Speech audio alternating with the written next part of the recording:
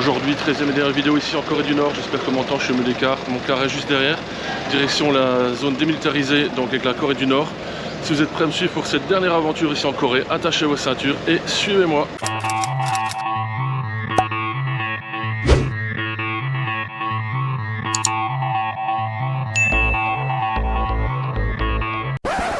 Je suis donc à bord du car, on attend encore quelques personnes.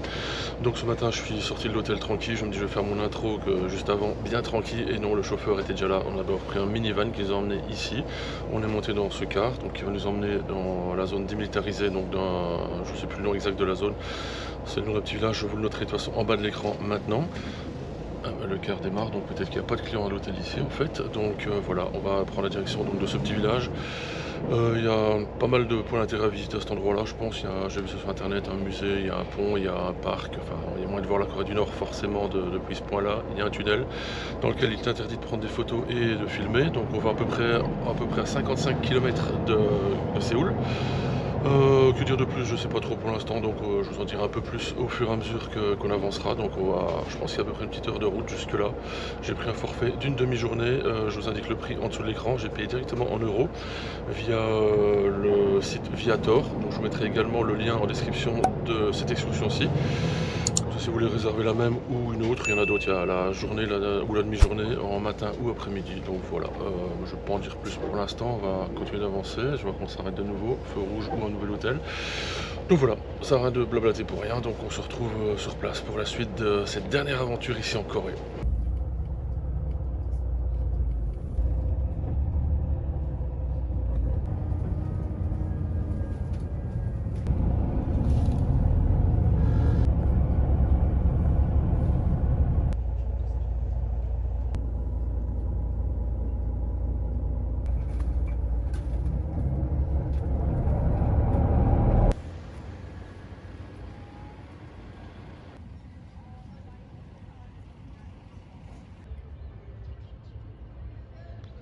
Donc voilà, on est arrivé ici dans la zone de DMZ, donc comme la guide nous l'a rappelé dans le bus, en nous expliquant un peu l'histoire de la Corée, et des deux Corées surtout, c'est une zone militaire, donc voilà, nous sommes toujours en guerre comme elle l'a dit.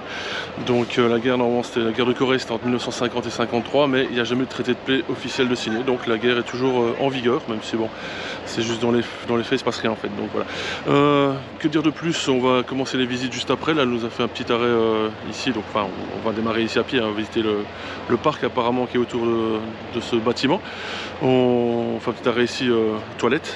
On a pris une bonne heure pour récupérer tout le monde dans les rues de Séoul. Après, je dirais un petit 3/4 d'heure de route pour venir jusqu'ici, c'est assez rapide. Donc voilà, comme il nous a rappelé, c'était une zone militaire, donc oui, donc on ne peut pas faire n'importe quoi. Il nous a distribué des badges avec son prénom dessus. Voilà, son prénom c'est Spring. Il a dit vous pouvez appeler été, mais automne c'est beaucoup mieux. Donc voilà, un petit badge qu'on est obligé d'avoir. Elle nous a pris les passeports pour pouvoir récupérer les tickets. Qu'on récupérera bien sûr après les passeports, sinon je suis coincé demain pour prendre l'avion, je serai bloqué ici. Enfin il y a pire comme pays, hein, donc ça va, ce serait pas encore trop grave, mais bon, j'aime autant rentrer chez moi quand même. Hein. Donc voilà, je vous montre ce que je peux voir et ce que je peux filmer. Voilà, parce que dans le tunnel, comme je l'ai dit tout à l'heure, il y a un tunnel qu'on va visiter qui est apparemment pas très grand, pas très large. Je pense qu'il fait 1m70, d'après ce que j'ai compris de haut, 1m75 grand max, donc sur 300 mètres je crois. Enfin à vérifier, ça on peut pas filmer, donc là je vous expliquerai un peu comment ça se passe. Voilà, bon bah on attaque cette journée ici à la zone démilitarisée de, je sais plus quoi le nom, je sais plus le nom du lieu, je vous le mettrai de toute façon, je l'ai déjà mis en dessous de l'écran, je vous le remettrai maintenant comme ça on est tous au courant.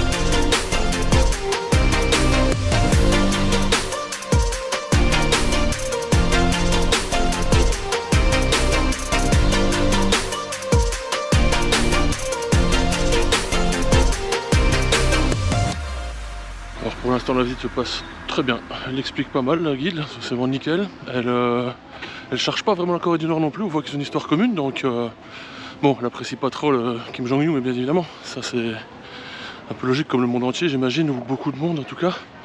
Mais on voit qu'elle respecte quand même la Corée du Nord, elle n'est pas là pour dire nous on est les meilleurs et eux c'est les méchants, donc ça c'est nickel, franchement. Elle prend pas part au conflit, donc même si on voit qu'il y a quand même des tensions, hein, faut pas se leurrer non plus, hein, il y a l'histoire qui est là, donc voilà. Là on a quelques minutes, enfin une bonne trentaine de minutes là pour un petit temps libre dans le parc ici. Je vais revoir un truc qu'on n'a pas eu trop le temps pendant la visite, là, un train près du pont là. Je vous montre ça tout de suite et puis après on va continuer la visite tout doucement, hein.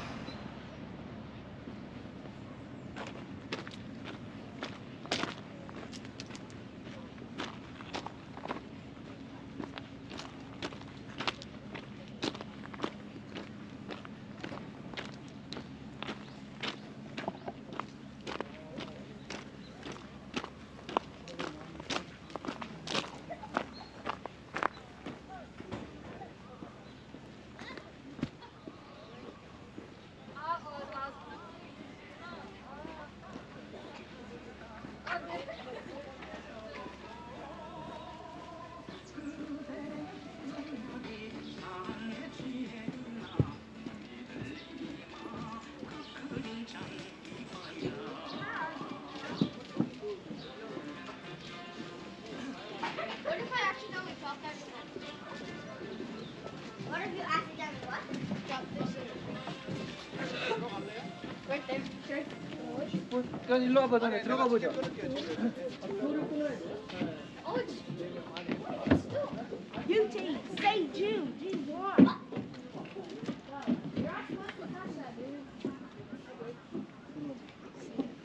여기서 배경으로 어디 있는 거예요? You can call me.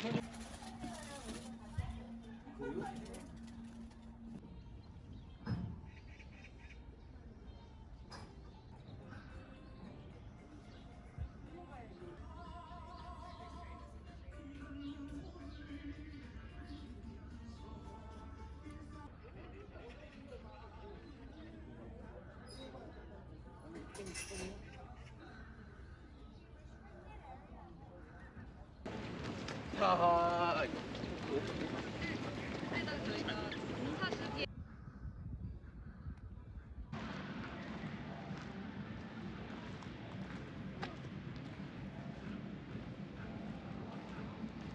Voilà, pour l'instant tout se passe très bien, il fait bon pour déneiger en Corée, ça va pas être ce temps là à mon avis chez moi quand je rentre en Belgique. Il y a même une fête foraine, donc c'est fort axé tourisme, c'est un peu une industrie, on voit ça tout de suite. Derrière moi plein de petites tentes, je sais pas à quoi ça sert. Pour l'instant il n'y a rien dedans, donc j'imagine que ça va être pour mettre des petits shops, des petits trucs comme ça, l'artisanat. Donc voilà, on continue, on va essayer de retrouver le bus maintenant. Pas que je me trompe, j'ai encore 20 minutes de toute façon, je cherche des trucs à boire éventuellement avant. Et puis bah, on va attaquer le second point de la visite d'aujourd'hui. Je vous emmène de toute façon avec moi. J'ai retrouvé le bus, de toute façon le nom de notre guide est indiqué dessus. Il n'y a pas de souci, donc il n'y a pas moyen de se tromper. Donc voilà, maintenant je vais m'acheter un truc à boire en fait. Alors, je vois notre chauffeur en train de discuter avec un autre, donc ça va, je l'ai reconnu. Bon, on va chercher un truc à boire parce qu'il fait quand même chaud. Et puis bon, on attendra tranquille le départ du bus. The fruit, his mother's fruit, 1 year, nowadays 18 months for the army, 20 months for the navy, and 21 months.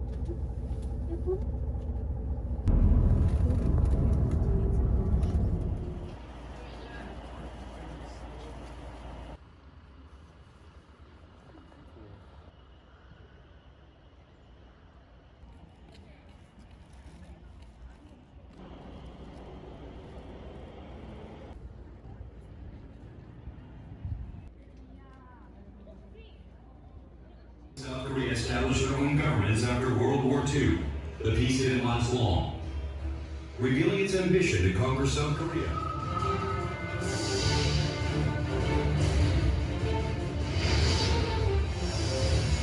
And on October 17, 1978, the third tunnel was found.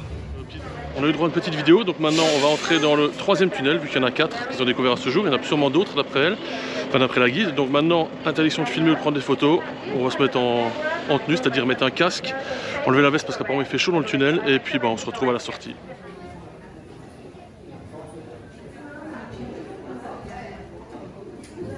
Voilà, comme vous le voyez, j'ai bien transpiré. Je suis encore essoufflé. En fait, le tunnel il se compose en deux parties. Le casque est vraiment très utile. Alors première partie, ça descend de 350 mètres en longueur, c'est super bien aménagé, on peut se tenir debout sans problème. Et on descend donc de 70 mètres, je vous laisse calculer de toute façon le dénivelé que ça donne, 350 mètres de long sur 70 mètres de dénivelé négatif. Ensuite vous arrivez à un endroit, une jonction, où il y a un autre tunnel qui fait 250 mètres de long. Là c'est le vrai tunnel en fait, qui a été construit par les soldats nord-coréens, dans l'intention évidemment d'attaquer la Corée du Sud. Et là par contre il faut bien se baisser, moi je vais me tenir, il manquait bien 15-20 cm pour pouvoir me tenir correctement. Et voilà, donc vous arrivez au bout du tunnel de 250 mètres et là il y a juste un petit point, vous regardez quelques secondes en fait et on voit des dalles qui ont été construites par la Corée du Sud pour éviter, comme l'a dit la guide, que nous on aille en Corée du Nord ou que plutôt les Coréens du Nord retentent quelque chose. Et dans ces dalles en béton il y en a 3 d'affilée et on voit une petite percée, il y a un petit carré, on arrive à voir un peu mais bon, on ne distingue pas grand chose finalement. Donc voilà, c'est une grande descente, surtout une grande montée, ça va, je commence un peu à retrouver mes esprits, même si je transpire quand même pas mal, hein, j'ai la chaleur qu'il fait. Et donc voilà, donc maintenant j'ai pu récupérer forcément la caméra, parce que c'est interdit donc de filmer. C'est vraiment dommage qu'on ne peut pas filmer ou prendre des photos dedans, parce que c'est impressionnant le tunnel. Franchement je prends le tunnel est même plus impressionnant que le bout, parce qu'au bout on voit pas grand chose. Donc voilà, franchement c'était pas mal, je regrette pas l'avoir fait. Moi qui pensais pas faire beaucoup de pas aujourd'hui, ben si, j'en ai fait pas mal, surtout le dénivelé là, donc ça va être pas mal. Donc maintenant on va reprendre le car, on a encore quelques minutes, je vais aller voir la boutique souvenir si c'est quelque chose d'intéressant.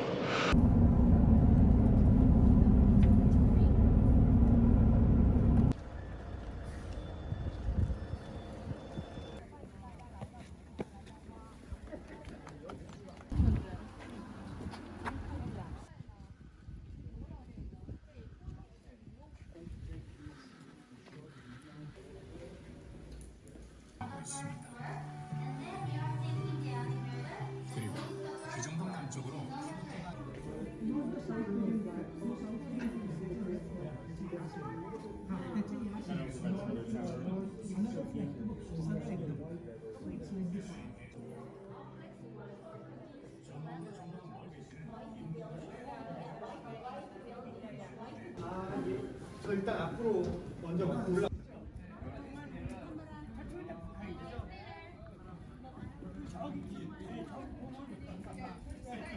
Alors ici on est sur un observatoire qui nous permet de voir les deux Corées. Donc j'ai la Corée du Nord qui est juste par là-bas et la Corée du Sud de l'autre côté. Donc je vous montrerai quelques images après depuis l'observatoire, depuis l'espèce de jumelles non payantes, je précise, c'est gratuit, il y a plein de petites jumelles, des jumelles automatiques pour regarder un peu plus loin. Donc je vous montre ça juste après. Et apparemment on peut pas filmer ou photographier de n'importe quel côté ou n'importe quel angle, donc ici ça va, je suis en neutre, on va dire, je suis en zone neutre, voilà, je suis en Suisse. Tout va bien. Donc je suis sur mon petit tabouret ici pour voir un peu plus haut. Donc je vous vais montrer la Corée du Sud et la Corée du Nord où ça se trouve. Donc sur votre gauche là-bas la Corée du Nord et là-bas la Corée du Sud. On voit un peu plus loin le drapeau, il y a une tour là-bas avec le drapeau Corée du Sud, un peu blanc. Et un peu plus loin la tour Corée du Nord. Donc apparemment c'était à qui avait la plus grosse à l'époque, ils ont construit une tour, un a construit l'autre plus haute, puis ainsi de suite, ils ont détruit, reconstruit, etc. Donc la Corée du Nord tout là-haut et la Corée du Sud là et sur ma droite.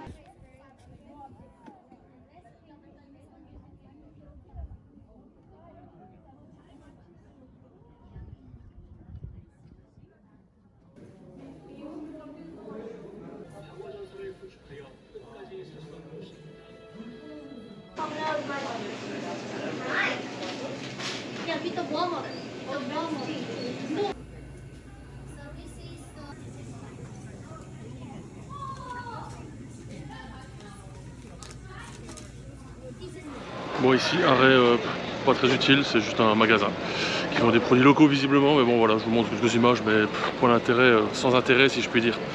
Donc voilà, après il y aura peut-être encore un village si j'ai bien compris, parce qu'elle a un accent anglais un peu particulier, donc théoriquement un petit village encore à voir, vite fait, et puis après retour à la casa, direction l'hôtel, et faire les valises et rentrer à la maison.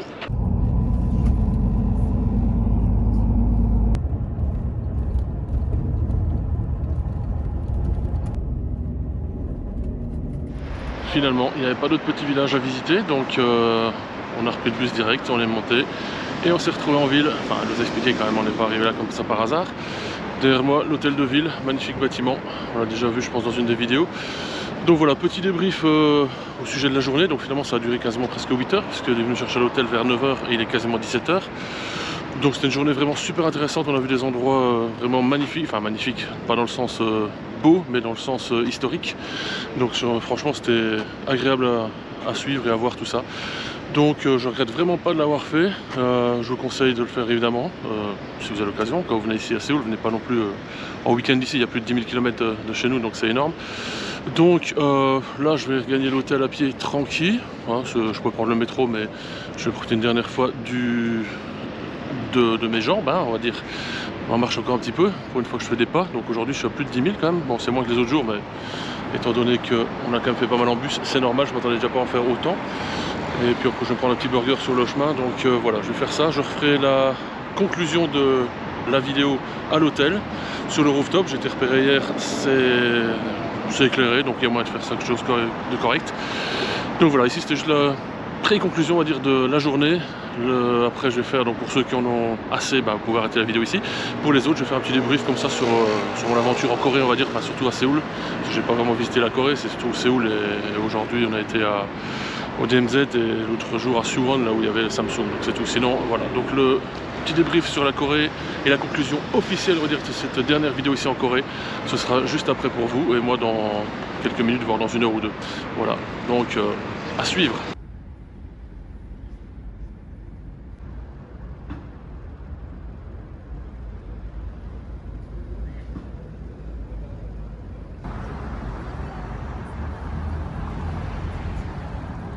Comme je vous l'ai dit, je vais faire le débrief sur la Corée, ou plus particulièrement sur Séoul, parce que j'ai pas fait toute la Corée bien sûr, donc pas possible de faire un avis positif ou négatif sur quelque chose qu'on n'a pas vu. Donc je suis sur le rooftop de mon hôtel, donc il sera maintenant plus mon hôtel, vu que demain à cette heure-ci, je serai dans l'avion. Donc on va commencer par les choses positives. Bon en général, de toute façon j'ai trouvé la Corée, enfin du moins Séoul, génial. Je me suis super bien plu, j'ai fait des visites nickel. Bon, il y a 2 jours il a plu, mais ça, la météo c'est comme partout, c'est pas le pays qui est en cause. Donc à part 2 jours où il a fait un peu merdique, on va dire, dont le 16 novembre, sinon en dehors de ça il a fait super bon. Aujourd'hui il fait vraiment nickel, il est plus de 20 h, je suis sur la terrasse, on est presque fin novembre, il fait super bon. Je te mets mon t-shirt cet après-midi, donc c'est pour dire. Les points positifs, le métro. D'abord la taille du métro, ça c'est nickel, il est super bien desservi ici à Séoul, et en plus il s'étend sur les villes aux alentours, donc ça c'est vraiment nickel. La carte des transports, nickel aussi, on peut s'en servir dans les métros, dans le bus, etc. Même dans les villes autour, comme je l'ai dit dans une autre vidéo précédente, on peut s'en servir également. Donc ça c'est vraiment impeccable, pas besoin de changer de carte toutes les 2 minutes. Je prends pour exemple Tokyo, où il y a je sais pas combien de compagnies de métro ou de train, donc dans Tokyo il faut je sais pas combien de cartes pour s'en sortir. Même chose à Bangkok, où il y a le métro souterrain et le métro aérien, donc il faut une carte pour chaque. Enfin il y a une carte pour le métro aérien, oui, et pour le métro souterrain je suis même pas sûr qu'il y ait une carte, donc enfin sûrement, mais bon on n'est pas là pour ça, on n'est pas sur Bangkok actuellement, on est sur Séoul. Le métro également très propre, des toilettes quasiment dans tous, voire même dans tous, elles sont propres, en nombre. Il y a également les rampes d'accès des escalators, enfin donc elles sont nettoyées en permanence quasiment. Enfin j'ai vu plusieurs fois des femmes de ménage qui les nettoyaient, donc qui nettoient donc nettoyer, je sais pas comment on appelle ça en fait, la petite bande sur laquelle on pose la main pour se tenir. Des fois c'est même fait électroniquement, il y a un truc automatique au pied de l'escalator qui, dès que cette bande en caoutchouc passe dedans, ça se nettoie, donc ça c'est vraiment impeccable. Il y a le respect des fils aussi, bon pour la plupart du temps c'est bien respecté, parfois dans le métro bon ça bouscule un petit peu comme partout, certains veulent rentrer avant que le métro que les gens soient sortis du métro. Que dire de plus pour les points positifs? Les supérettes, il y en a pas mal aussi dans les rues, un peu comme à Bangkok également là, donc les 7-Eleven, il y a ici des CU, je crois, des GS25, enfin je sais plus tous les noms, mais il y a pas des supérettes à tous les coins de rue, il y en a plein, donc c'est ouvert je pense 24 h sur 24, il faut quelque chose, on a point, vous avez tout. Les coréennes sont très jolies également, hein, ça on va pas se cacher, franchement il y a moyen de tomber amoureux tous les 2 mètres. Que dire de plus positivement? Il y a pas mal de choses, mais bon, je vais pas passer 2 heures sur la vidéo à dire tout ce qui va et ce qui va pas. Pour les points négatifs, il n'y en a pas beaucoup. Il y en a un qui n'est pas vraiment point négatif à proprement parler, c'est les plats épicés. Donc ça, bon, c'est pas de leur faute, c'est pas à eux de s'adapter, c'est à nous de faire en sorte de nous adapter à leur nourriture. On est chez eux, donc c'est dans cet ordre-là, dans ce sens-là que ça doit se faire. Donc, mais il suffit de demander pas épicé, et puis ça se passe très bien, j'ai pas eu de soucis avec ça. Qu'est-ce qu'il y a encore? Les reniflements, ça c'est pénible. Je sais pas si c'est dans la culture ou quoi, mais chez nous c'est hyper mal poli. Et quoique j'en connais qui se privent pas de renifler à longueur de journée, mais ici c'était incroyable, dans la rue, dans le métro, j'ai pas vu un mouchoir. Tout le monde renifle, mais allègrement. Donc ça, sans parler de ceux qui crachent également, c'est un peu plus rare, mais j'en ai vu quand même pas mal qui crachent dans la rue, donc pas dans le métro quand même, mais dans la rue, ça arrive de temps en temps, donc ça j'en ai vu. Et je regarde aussi mes petites notes, hein, voilà, et aussi un point hyper négatif je trouve, il n'y a pas de poubelle dans les rues. Si vous avez un déchet à jeter, un bout de papier, une canette, ben il faut la garder dans son sac et attendre de trouver une poubelle, mais dans les rues il n'y en a pas, j'en ai pas vu. Donc parfois dans une gare ou un métro, mais sinon moi je reprenais mes affaires, je jetais la poubelle à l'hôtel. Pas le choix, donc voilà, point négatif, bon c'est à peu près tout, hein. Il n'y a pas vraiment de point négatif ici en Corée, il y en a comme partout, hein, mais rien de très, très méchant. Un point aussi qui est négatif aussi je trouve, enfin, on a ça chez nous aussi, mais ici c'est vraiment à l'extrême, les gens sont tous le nez sur le téléphone, c'est incroyable, dans la rue, dans le métro, partout. Je me suis fait la réflexion dans le métro, en étant assis ou debout, on regarde, les gens, il y en a 9 sur 10, ils sont la tête sur le téléphone. Dans la rue, c'est un peu plus dangereux, parce qu'ils marchent, ils font pas attention, donc moi j'aime bien de marcher droit, je vais du point A au point B, je vais en ligne droite, je vais pas en zigzag ou en diagonale. Donc en allant droit devant moi, chaque fois il y avait pas mal de gens, ils sont sur le téléphone, et puis ils avancent de travers, et puis ils sont surpris d'être en face de vous. Forcément, lève ta tête, grand, t'es dans la rue, t'es pas dans ton canapé ou assis dans le métro. Donc voilà, ça c'est le point négatif. Mais du coup, j'en reviens à un point positif justement qui est lié à ça, c'est les petites bandes LED rouges, enfin les bandes LED lumineuses au sol, au pied des feux rouges. Ça c'est vraiment pas mal, le feu passe au rouge, il y a une bande LED au sol rouge, donc si on est sur le téléphone, il voit la bande rouge, il s'arrête. Même chose, quand le feu passe au vert, forcément la bande au sol passe au vert également. Donc sans lever la tête, c'est bien et c'est pas bien en même temps, mais bon, du coup ça permet une certaine sécurité, donc c'est pour dire à quel point ils sont esclaves de leur téléphone, c'est qu'on en est venu à faire des choses comme ça. Un point positif que j'ai oublié également, c'est dans les rues, on voit pas mal ils se promènent en binôme, là, ils sont avec des vestes rouges, c'est des infotourisme, en fait, ils se promènent et puis vous pouvez les accoster, leur poser des questions sur les points d'intérêt, les trucs à visiter, que faire, que voir, ou acheter une carte de métro, etc. Je pense que vous pouvez leur poser plein de questions, ils sont là pour aider les touristes, ça c'est vraiment pas mal. Je regarde la suite. Ouais, autre chose ici, franchement, ce qui est bien aussi, c'est que j'ai marché énormément, utilisé beaucoup les transports en commun, mais j'ai marché aussi beaucoup, entre 15 et 20 000 pas. Aujourd'hui d'ailleurs, une journée où on a pris le bus pour faire des visites, là, donc ça ne devait pas être prévu de marcher énormément, j'ai fait 12 500 pas. Donc ça, c'est le point positif aussi, à titre personnel, hein, c'est pas rien à voir avec la Corée, c'est de marcher énormément. Ça m'a fait du bien, malgré mes problèmes de genoux, mais franchement, ça fait du bien de marcher, surtout par ce temps-là. Je regarde mes dernières notes, 2-3 petites choses. Voilà, on est pas mal déjà. Je vous recommande une vidéo de Jojol, donc c'est un youtubeur, un vrai, contrairement à moi. Moi je mets juste quelques vidéos sur YouTube, lui il vit de ça, donc on n'est pas les mêmes. On n'a pas la même chose, on n'est pas le même point de vue, enfin vis-à-vis de YouTube, voilà, c'est ce que je voulais dire. Donc je vous mettrai en lien une vidéo, en lien dans la description, une vidéo de Jojol, donc sur la Corée, donc c'était super bien faite. Je me suis inspiré un petit peu pour mes visites, entre autres, j'ai regardé plein d'autres choses et j'ai cherché plein de choses sur internet, mais cette vidéo-là m'a montré pas mal de trucs et je l'ai re-regardé récemment et voir si j'ai pas oublié des choses, et j'ai revu justement là, c'est différent de regarder une vidéo quand vous avez vu les choses réellement plutôt que quand vous n'avez pas encore fait la visite et que vous devez imaginer. Donc voilà, on va terminer là parce que ça va commencer à durer longtemps. Prochaine vidéo, je sais pas, ce sera au mois de décembre éventuellement, où je me fais un petit repos après ces 13 vidéos. Sinon, courant du mois de janvier, j'ai prévu d'aller au Mont-Saint-Michel, passer quelques jours à Amiens également en France, et éventuellement visiter le stade de Lille. Voilà, donc ça fera 3 vidéos à mon avis en janvier sur ces sujets-là. Donc je vous invite à laisser un petit pouce bleu en dessous de cette vidéo si ça vous a plu et le séjour en général. Abonnez-vous et activez la cloche afin de ne pas manquer les prochaines vidéos, parce qu'on a fini avec la Corée, mais on a encore plein d'autres vidéos qui vont venir derrière. J'ai des idées et d'autres pas encore dans ma tête, mais qui viendront à coup sûr. Je vous invite à partager cette vidéo. Donc on se retrouve dans une prochaine vidéo, je ne sais pas quand, honnêtement, ce sera d'ici 15 jours en théorie, mais sinon un peu plus tard. Donc voilà, d'ici là, portez-vous bien, allez, ciao.